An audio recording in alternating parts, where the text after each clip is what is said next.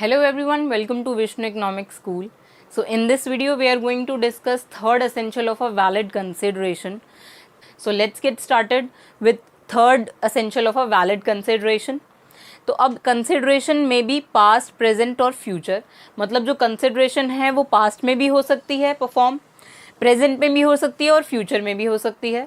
तो अब हम इन तीनों केसेस को वन बाय वन डिस्कस करेंगे कि कोई भी कंसिडरेशन जो है वो पास्ट, प्रेजेंट या फ्यूचर में कैसे परफॉर्म हो सकती है। तो हम पास्ट से स्टार्ट करेंगे। Consideration is performed before the due date of agreement. अब ये कैसे पॉसिबल हो सकता है कि जो कंसिडरेशन है वो अग्रीमेंट की ड्यू डेट से पहले ही परफॉर्म हो जाए। तो इसको हम एक एग्जाम्पल से समझ लेते हैं। तो इसमें हम एग्जाम्पल लेंगे।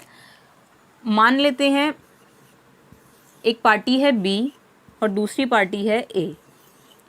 अब क्या होता है, बी जो है वो प्रॉमिसर है और वो ऐसा ऑफर देता है कि अगर ए जो है वो बी के सन को ट्यूशन्स देगा, तो ट्यूशन्स देने के बाद वो उसको कुछ अमाउंट पे करेगा, लेट्स से 500 रुपीज़ पे करेगा। तो अब ऐसा होता है कि जो ए है वो इस ऑफ़र के लिए अग्री हो जाता है और वो ये भी बोलता है कि उसे वो जो ट्यूशन है वो जनवरी मंथ के लिए देना है और वो जो कंसिडरेशन है वो उसको फेब्रुअरी में देगा।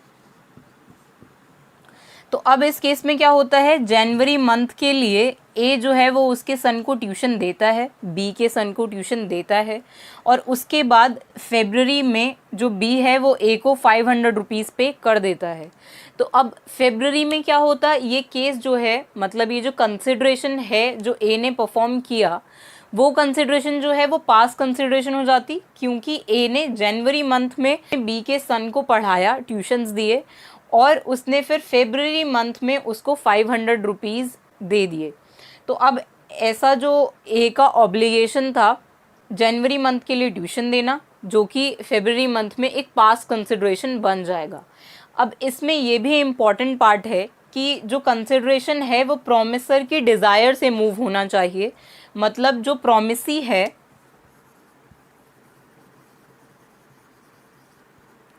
वो उस एक्टिविटी को, वो ट्यूशन जो है वो उसको तभी परफॉर्म करेगा जब ऐसा प्रॉमिसर ने, मतलब बी ने उसको बोला हो कि उसको ये पर्टिकुलर एक्टिविटी जो है वो परफॉर्म करनी है एक कंसिडरेशन के अगेंस्ट।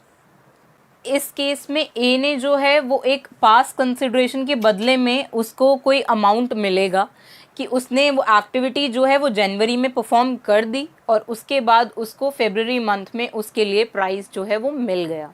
तो इसी को हम पास कंसिडरेशन कहते हैं, जो कि एक प्रॉमिसर की डिज़ायर से ही मूव हो सकती है। प्रॉमिसी उसको तभी परफॉर्म करेगा जब प्रॉमिसर की डिज़ायर होगी।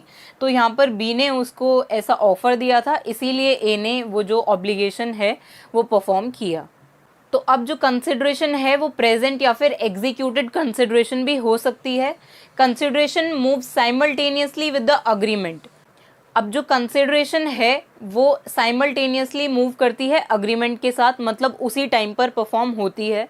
तो इसको भी हम कैसे समझ सकते हैं, मान लेते हैं इसमें आप अमेज़ॉन से कोई प्रोडक्ट जो है वो ऑर्डर करते हैं और वो होगा कैश ऑन डिलीवरी।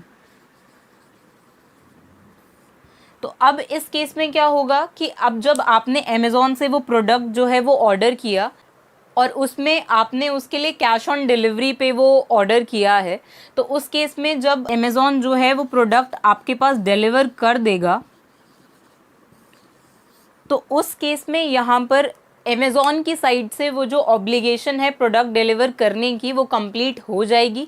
लेकिन अभी जब प्रोडक्ट डिलीवर हो गया है तो उसके बाद आप उसको प्राइस पे करेंगे, क्योंकि वो कैश ऑन डिलीवरी है।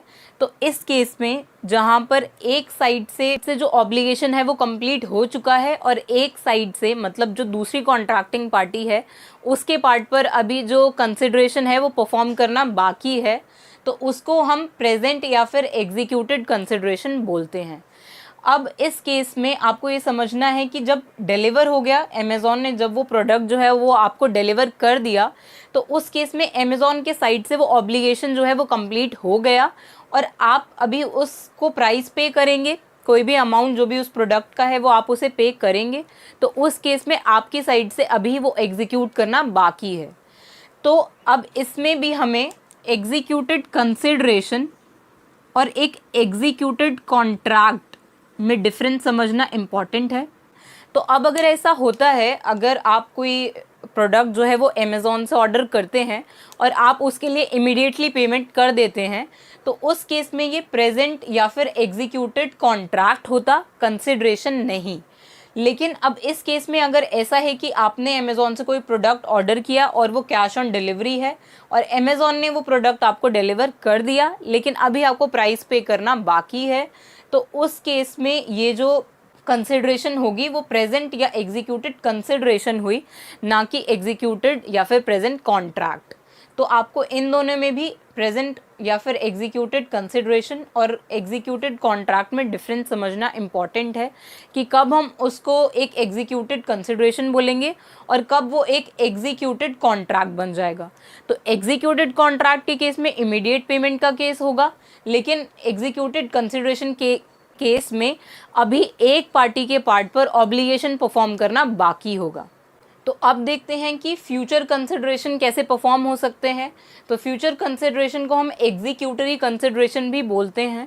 तो अब ये सिंपल है समझने के लिए, अगर आप प्रेजेंट या फिर एग्जीक्यूटेड कंसिडरेशन को सही से समझ गए हैं। यहाँ पर हमने देखा कि जो ऑब्लिगेशन है वो एक पार्टी के पार्ट पर अभी कंप्लीट नहीं हुआ होता, और फ्यूचर कंसिडरेशन के केस में ऐसा होता है कि ऑब्लिगेशन जो है वो दोनों ही पार्टी के पार्ट पर अभी पूरी नहीं हुई होती।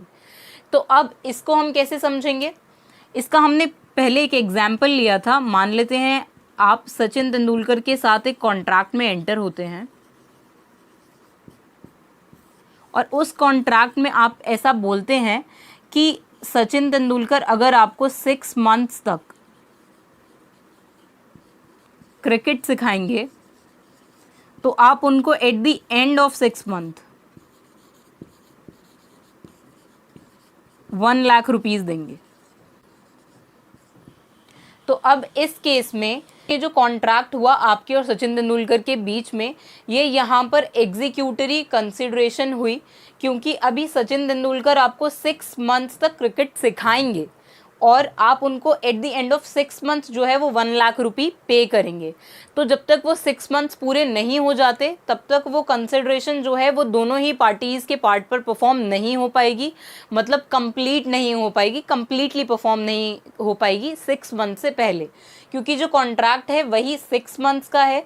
तो 6 मंथ्स तक वो कंसिडरेशन जो है वो फ्यूचर कंसिडरेशन या फिर एग्जीक्यूटरी कंसिडरेशन हो जाएगी। When the consideration on both sides is to move at a future date। अब कोई फ्यूचर डेट मतलब 6 मंथ्स के बाद की डेट जो है वो डिसाइड हुई है, तब तक जो है क्रिकेट सिखाना पड़ेगा, उसी के बाद जो है वो 1 लाख रुपीज़ आप ट्रांसफ़र करेंगे। तो इसीलिए कंसिडरेशन जो है वो 3 कंडीशंस में परफॉर्म हो सकती है, वो पास्ट में भी परफॉर्म हो सकती है, प्रेजेंट में भी और फ्यूचर में भी।